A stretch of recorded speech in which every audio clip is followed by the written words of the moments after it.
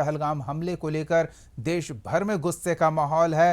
पूरा देश मोदी सरकार से ये मांग कर रहा है कि इस आतंकी कायराना हरकत के लिए उचित कार्रवाई होनी चाहिए। पीएम ने हमले को लेकर बड़ी बैठक बुलाई। सुरक्षा मामलों के केंद्रीय कैबिनेट की ये बैठक पीएम आवास पर चल रही है। पीएम आवास पर इस बैठक में गृह, रक्षा, विदेश मंत्री मौजूद हैं। तमाम वरीय अधिकारी, एनएसए अजीत डोभाल की मौजूदगी इस बैठक में देखने को मिल रही है, जो आतंकियों के इस कायराना हरकत का माकूल जवाब देने को लेकर विचार कर रहे हैं। किस तरह से उन्हें उनकी इस गलती का एहसास कराया जाए कि भारतीय नागरिकों को निशाना बनाकर उन्होंने अपनी जिंदगी की सबसे बड़ी गलती की है।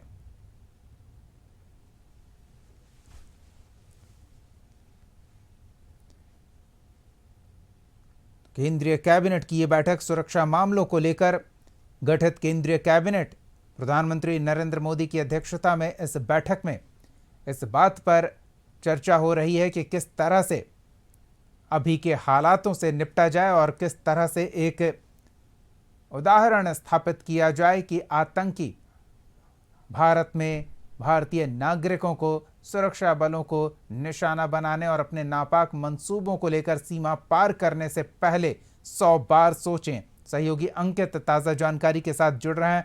अंकित, सुरक्षा मामलों के केंद्रीय कैबिनेट की महत्वपूर्ण बैठक चल रही है, इससे जुड़ी क्या ताज़ा जानकारी मिल पा रही है? निश्चित तौर पर देखिए कि जिस तरीके से जो अटैक हुआ है उसको लेके देश के प्रधानमंत्री भी लगातार चिंतित हैं। गृह मंत्री अमित शाह वहां से जम्मू कश्मीर से वापस आए, उसके बाद भारत में को दृढ़ संकल्प दोहराना चाहूंगा, ऐसा राजनाथ की तरफ से बयान दिया गया। रक्षा मंत्री मौजूद थे उस बैठक में, विदेश मंत्री मौजूद थे, गृह मंत्री मौजूद थे। कहीं ना कहीं एक बड़ी बैठक का आयोजन किया गया था और राजनाथ सिंह ने ऑफिशियल जो बयान दिया रक्षा मंत्री ने भारत के, उनकी तरफ से बयान में कहा गया कि भारत का एक एक नागरिक इस कायरपूर्ण हरकत के खिलाफ एकजुट है।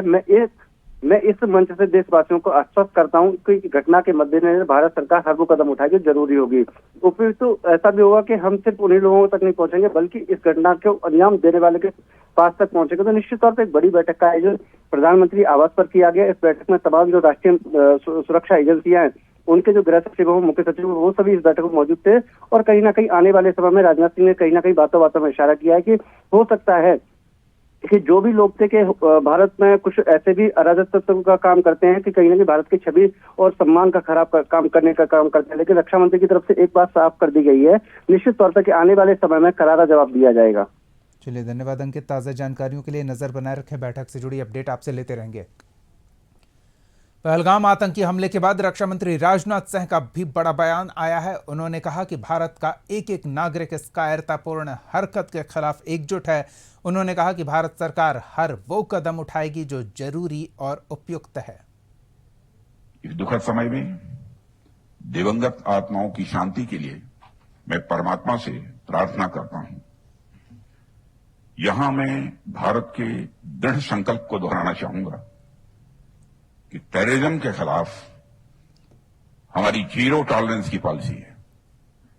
भारत का एक एक नागरिक इस कायरतापूर्ण हरकत के खिलाफ एकजुट है।